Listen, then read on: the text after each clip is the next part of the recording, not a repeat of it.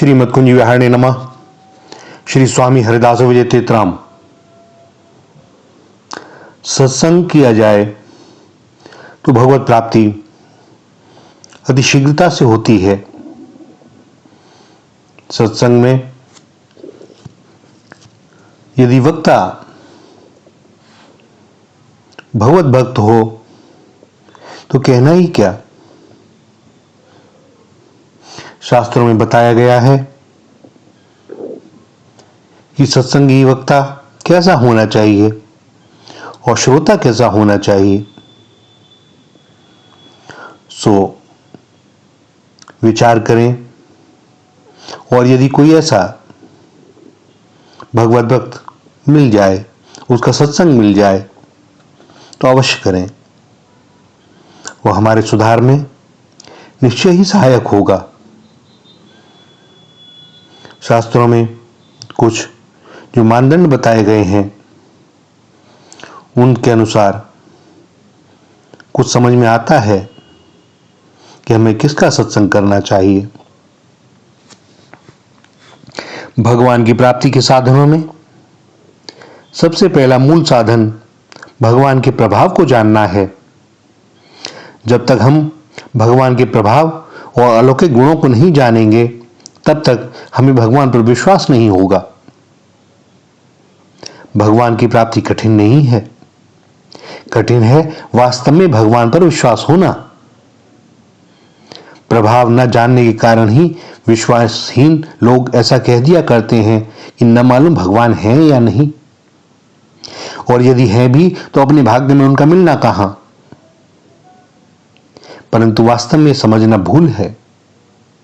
भगवान अवश्य हैं और वह है भी परम दयालु तथा पतित पावन। उनका प्रण है दीनों को अपनाना, पतितों को पावन करना, आश्रितों की रक्षा करना और शरणागतों को गोद में उठाकर अभय करना। जिस समय भक्त शिरोमणि भरत जी महाराज श्री राम दर्शन की इच्छा से वन जा रहे थे, उस समय मार्ग में जब वह माता कैकेयी के कृत्यों की ओर देखते तब उनके पैर पीछे पड़ते थे। उन्हें श्री राम के सामने जाने में अत्यंत संकोच होता था और जब अपनी ओर निहारते तो उनके पैर रुक जाते। संकोच नहीं मिटता, परंतु जब भगवान श्री राम के स्वभाव की ओर दृष्टि जाती है तब उनकी परम दयालुता और स्वभाव की पतित पावनी करनी समझकर उनके पैर आप उत्साह से आगे चल पड़ते हैं। फेरति मनहु मातु कृत खोरी, चलत भगति बल धीरज धोरी। जब समुझत रघुनाथ स्वभाव, तब पथ परत उताइल पाऊ। परंतु यह इसलिए होता था क्योंकि भरत जी महाराज भगवान राम का प्रभाव और उनका स्वभाव जानते थे। इसी प्रकार जो भगवान का प्रभाव जानता है, स्वभाव जानता है, वह आप ही आप भगवान की ओर बढ़ने लगता है। भगवान का स्वभाव बतलाने वाले ग्रंथों का अध्ययन करना और प्रभाव जानने वाले सत्पुरुषों के द्वारा इस स्वभाव और प्रभाव का रहस्य समझना हमारे लिए अत्यंत लाभकारी है। ग्रंथों का मर्म जानने के लिए भी मर्मज्ञ सत्पुरुषों की सहायता की आवश्यकता होती है। अतएव सत्संग से ही भगवान का प्रभाव जाना जा सकता है, यही सिद्धांत है।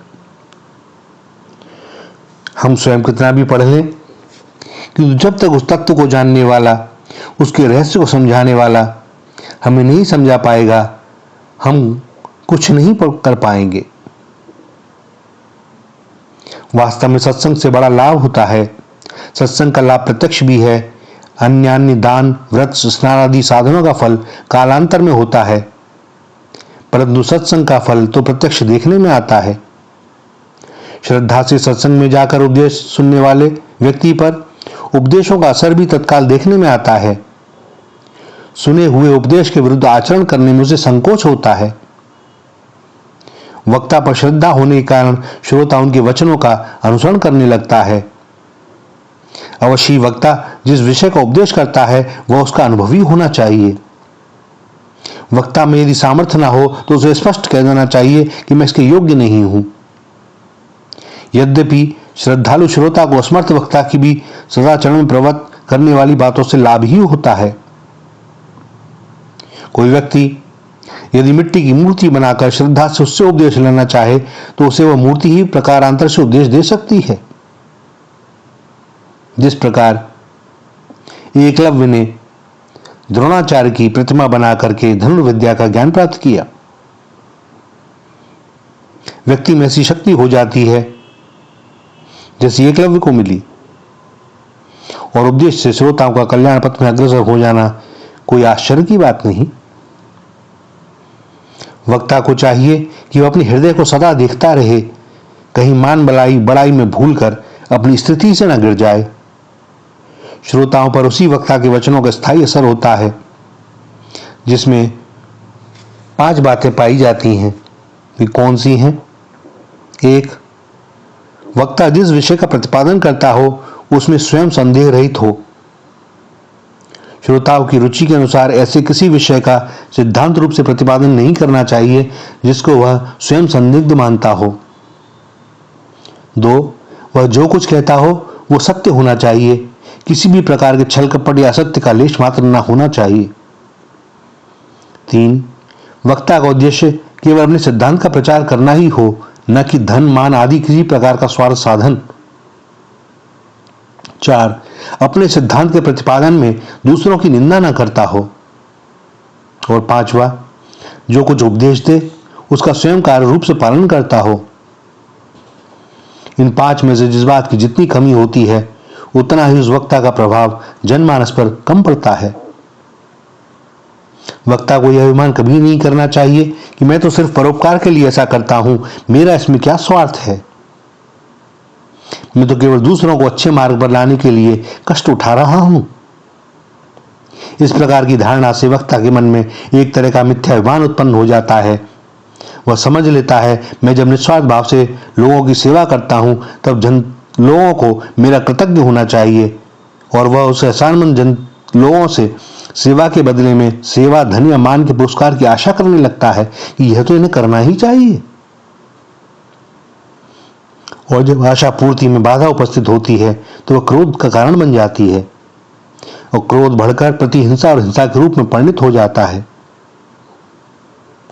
वक्ता का उपकार मानना तो लोगों का कर्तव्य है। जिनका वक्ता के उद्देश्य से उपकार हुआ है, जबरदस्ती उपकार मनवाने का अधिकार वक्ता को नहीं है, क्योंकि जो कुछ भी वह कर रहा है सो वह अपने स्वार्थ के लिए ही कर रहा है, भले ही उसका वह स्वार्थ कितना ही सात्विक और पवित्र क्यों ना हो। क्योंकि सत्य विचारों का प्रचार करने वाले वक्ता की भलाई श्रोताओं से कहीं अधिक होती है। उसे तो श्रोताओं का उल्टा उपकार मानना चाहिए। हालांकि आजकल कुछ विपरीत चल रहा है। सत्य हो देखा जाए तो श्रोता का वक्ता पर बहुत उपकार होता है, किंतु इसमें भी 5 प्रकार के लाभ मुख्य हैं। 1, श्रोताओं के कारण ही वक्ता का समय सत्य चर्चा में व्यय होता है। 2, श्रोताओं के सामने वक्ता अपनी वाणी से जो कुछ परमार्थ की बातें कहता है उसकी स्फुरना पहले उसके हृदय में होती है, तब उसके सदुपदेश से श्रोताओं को लाभ मिलता है। तब जिस वक्ता के हृदय में बातें पहले पैदा हुई उससे उसको तो लाभ अधिक होगा ही, यह स्वाभाविक बात है। फिर जितनी बातें वाणी से कही जाती हैं वे मानसिक भावों की अपेक्षा न्यून ही होती हैं, क्योंकि मन का भाव वाणी के द्वारा प्रायः पूर्ण रूप से व्यक्त नहीं किया जा सकता। जितने भाव मन में पैदा होते हैं उनसे कम ही बातें कही जा सकती हैं, और जो कही जा सकती हैं उतनी सबकी सब श्रोताओं के कानों में और उनके मन तक पूरी की पूरी पहुंच भी नहीं पाती। इस दृष्टि से भी वक्ता को विशेष लाभ होता है। 3, यदि वक्ता अयोग्य भी होता है तो बहुत से प्रेमी श्रोता सज्जनों की मानसिक सद्भावना उसमें योग्यता उत्पन्न कर देती है। बहुत से लोग सच्चे मन से जिसके प्रति निरंतर शुभ मानसिक संकल्प करते हो उसका योग्य बन जाना बहुत कुछ संभव है। 4, वक्ता अपने व्याख्यान में जैसी बातें कहता है, जिस सिद्धांत का प्रतिपादन करता है वह उसके पल्ले बंध जाती हैं। वह बात उसमें नहीं भी होती तो अपना प्रभाव बनाए रखने के लिए वह उन बातों को अपने में उत्पन्न करने की चेष्टा करता है। जैसे कोई वक्ता अपने व्याख्यान में नशा, तंबाकू छोड़ने का उपदेश करे तो वह स्वयं भी नहीं पिएगा, उसे लज्जा आएगी, और यदि पीता भी रहा होगा तो उसका छूट जाएगा, यूं धीरे धीरे उसके दोष चले जाते हैं। व्याख्यान में अच्छी बातें कहनी पड़ती हैं और उसको कहने के लिए धीरे धीरे अच्छा बन जाते हैं, और यह भी केवल श्रोताओं के कारण ही होता है। और पांचवा मुख्य, अच्छी बातें कहने के लिए उसे बार बार सद्ग्रंथों का अवलोकन अध्ययन करना पड़ता है, जिससे उसका ज्ञान और अनुभव क्रमशः बहुत बढ़ जाता है।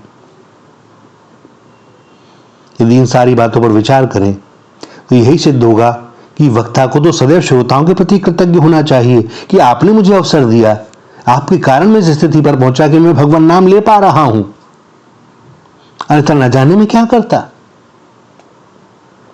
और श्रोताओं को चाहिए कि वक्ता की अच्छी बातें अवश्य ही श्रद्धा के साथ सुने और केवल सुनकर न रह जाएं, उन्हें कार्य रूप में परिणित करें। परंतु कम से कम श्रद्धा करने के पहले अपनी बुद्धि से निर्णय अवश्य कर लें कि यह व्यक्ति श्रद्धा के लायक है या नहीं। जो वक्ता किसी प्रकार का व्यक्तिगत स्वार्थ साधन करना चाहता हो, धन मान की इच्छा रखता हो, स्त्रियों से एकांत में मिलता हो, जिसके आचरणों में दोष दिखाई पड़े, जिसको बात बात में क्रोध आता हो, जो हिंसा का उपदेश करता हो, जिसके उपदेश सत्य, ब्रह्मचर्य, अस्त्य आदि सदाचारों के विपरीत हो, जो भगवान का अस्तित्व न मानता हो, उससे सदा बहुत ही सावधान रहना चाहिए। इन दुर्गुणों के विपरीत जो सदाचारी हो, जिनमें काम क्रोध लोभ रूपी दोष ना हो, जो व्यक्तिगत स्वार्थ साधन की चेष्टा न करते हो, जिनके आचरण शुद्ध और निष्काम हो, और जिनके संग से दैवी संपत्ति के सद्गुणों का अपने में विकास होता हुआ दिखाई पड़े, जो परमात्मा के उदार सद्गुणों के विश्वासी हो और उन्हीं की बड़े प्रेम से मन से चर्चा करते हो, ऐसे सज्जनों के संग से भगवान का प्रभाव जाना जा सकता है। भगवान के प्रभाव को जानने में भगवान का विश्वास होता है, और दृढ़ विश्वास से भगवान की प्राप्ति होती है, इसमें संशय नहीं है। बिनु विश्वास भगति नहीं, तेहि बिनु द्रवही न रामु, राम कृपा बिनु सपने हु, जीव न लह विश्रामु। भैया, सत्संग से जितनी शीघ्रता से हमारे आचरणों में सुधार होता है, और कोई उपाय नहीं है, कोई उपाय नहीं है। बस भगवत कृपा हो जाए, ऐसा कोई भगवत भक्त मिल जाए, उसका सत्संग मिल जाए, और जीवन आप देखेंगे अति शीघ्र बदलता है। क्योंकि हम घटते हुए देखते हैं, उनके साथ घटा है, परमात्मा का प्रभाव है।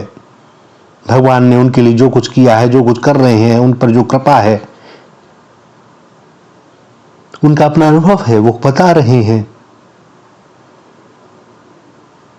और भगवान तो ऐसे कृपालु हैं कि उनकी तरफ तो जो कोई चल दे, बस भैया जो चल दे उसकी तो बात ही क्या, जो नहीं चलता उस पर भी उनकी सदैव कृपा बनी रहती है।